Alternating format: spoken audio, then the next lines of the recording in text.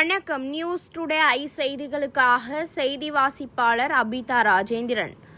மாநகராட்சி மண்டலமா 5 சில வார்டுகளில் மாநகராட்சி பணியில் இல்லாத நபர்கள் மாநகர் ஆட்சி ஊழியர்கள் என்று போலிய அடையாள அட்டை வழங்கிய நபர்கள் மீது நடவடிக்கை எடுக்க கோரி சமூக ஆர்வலர் வடசென்னை வடக்கு மாவட்ட சென்னை மாநகராட்சி இணை ஆணையர் இடம் மனு வழங்கினார். சென்னை வண்ணாரப்பேட்டை மூலக்கொத்தளம் பேசன் பாலம் அருகே உள்ள மண்டலம் 5 அலுவலகத்துக்குட்பட்ட பகுதிகளில் பெருநகர சென்னை மாநகராட்சி ஆணையர் குமரகுருபரன் மற்றும் மேயர் பிரியா பெயர்களை அவப்பெயர் ஏற்படுத்தும் வகையில் மண்டலம் 5 உட்பட்ட சில வார்டுகளில் மாநகராட்சி பணியில் இல்லாத நபர்களுக்கு போலியான அடையாள 0 அட்டை மற்றும் லஞ்சம் பெற்ற வழக்கில் சிக்கிய நபர்களை வைத்து ஷாப்பிங் காம்ப்ளெக்ஸ் முழுவதும் மாதம் லட்சக்கணக்கில் லஞ்சமாக பெறுபவர்கள் மீதும்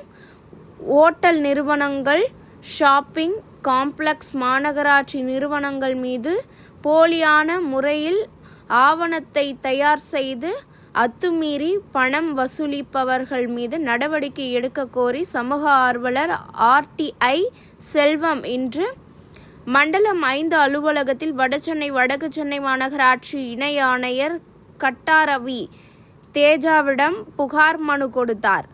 இதனை பெற்றுக்கொண்ட இணை ஆணையர் நடவடிக்கை எடுப்பதாக தெரிவித்தார்.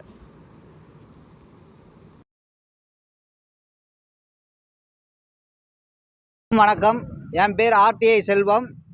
சென்னை மாநகராட்சியில் மண்டலம் 5 திரு நிதிபதி என்பவர் 2013ஆம் ஆண்டு அரசு தரப்பில் வழங்கக்கூடிய பேனர் மற்றும் பதாகைகள் மீது பல கோடி ஊழல் செய்து ஊழல் வழக்கில் சிக்கியவர் அவர் தற்போது 52 மற்றும் 62 போன்ற உரிமை வழங்கும் ஆய்வாளரை வைத்து திரு லோகநாதனை வைத்து சென்னை மாநகராட்சியில் 51, 52, 62, 69, 59 போன்ற வார்டுகளில் அத்துமீறி சென்னை மாநகராட்சியில் இல்லாதவர்களை வைத்து சென்னை மாநகராட்சியில் பணிபுரிவதாக போலியான முறையில் அடையாள அட்டையை வழங்கியுள்ளார்.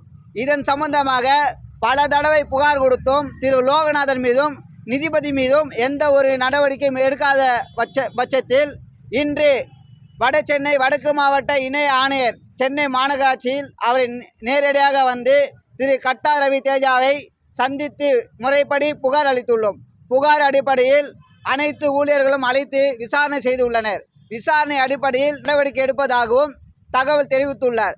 தகவல் முறைப்படி நடவடிக்கை எடுக்காவிட்டால் சென்னை மாநகராட்சி துணை ஆணையர் மீதும் மற்றும் நிதிபதி லோகநாதன் பலர் மீது சென்னை உயர்நீதிமன்றத்திலும் உள்ளாட்சி நடுவர் நீதிமன்றத்திலும் மனித உரிமை ஆணையத்திலும் முறையாக வழக்கு தொடர கூறியுள்ளோம்.